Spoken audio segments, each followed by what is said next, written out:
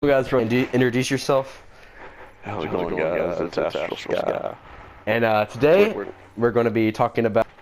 Okay, so recently we've just got our first DLC out of the four big DLCs we get out of every COD, and me and Sky today are going to give our opinions on how Black Ops 4 is so far, being a quarter of the year in, and yeah, let's get into this. I think this is one of the best CODs that we've had in a while because I haven't exactly liked Call of Duty since Black Ops 3, and I still wasn't a big fan of that. So, major upgrade.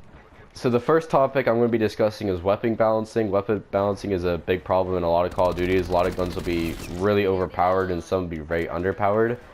So my opinions on this is I think a lot of the SMGs are pretty balanced. Like, none of them are outstandingly good. I mean, the SOG's like definitely at the best, but not by like a huge margin. Like, you can use virtually almost every SMG and do okay with it.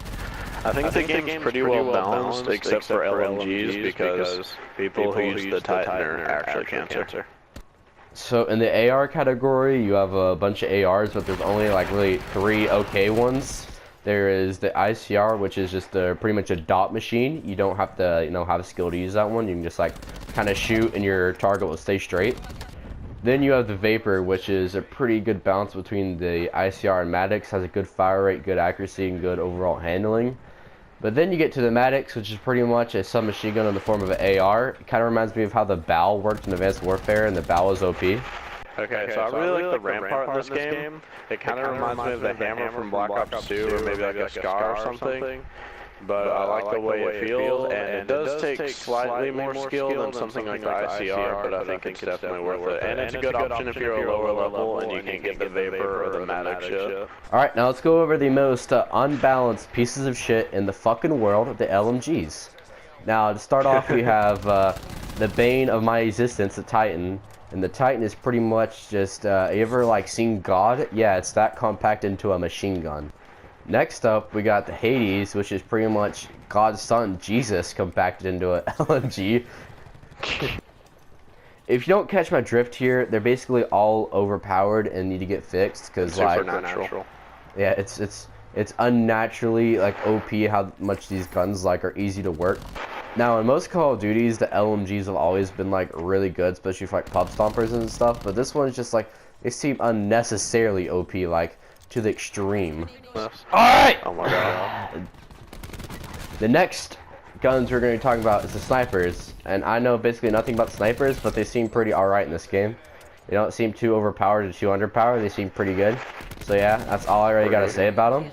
If any of you guys use snipers or like want to be phase boys, make sure to comment down below what your thoughts on them. Next topic we are going to talk about are the secondaries. And in this game, secondaries can be shotguns, but the shotguns are kind of low-key ass, so it doesn't matter, which is good because I was tired of those like shotguns spitting out flames like every time like you shoot them, like they're shooting out my mixtapes. Low-key ass is the best stat.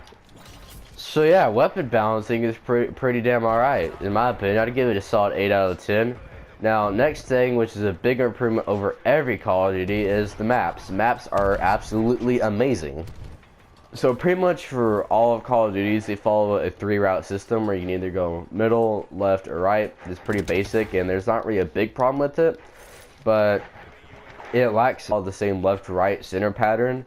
But there's so many more like ins and outs and whatnot you can go through, different vantage points you can get, like elevation wise. If I can say something that feels like didn't happen in World War II, the maps were so boring and they all used the exact same layout.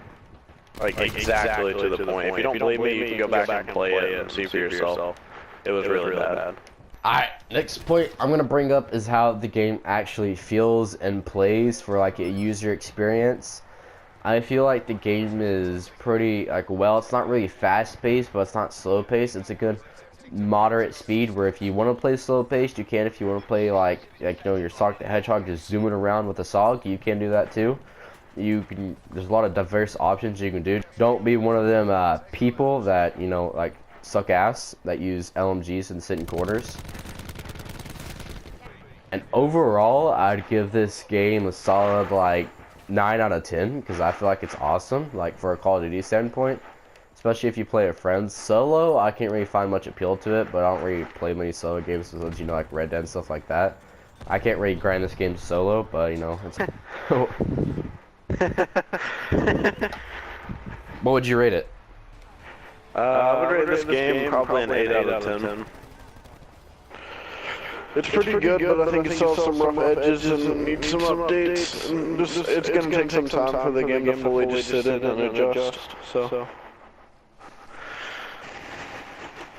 Anyways, guys, when the Resurrected, aka Astro Res, and make sure you like, subscribe, you know, turn on that bell and whatnot, and subscribe to Astral Sky, and put in the comments what you think about this game. If you think it's god awful, then like tell me why. If you like it, tell me why. If you want to like kill my grandmother, tell me why.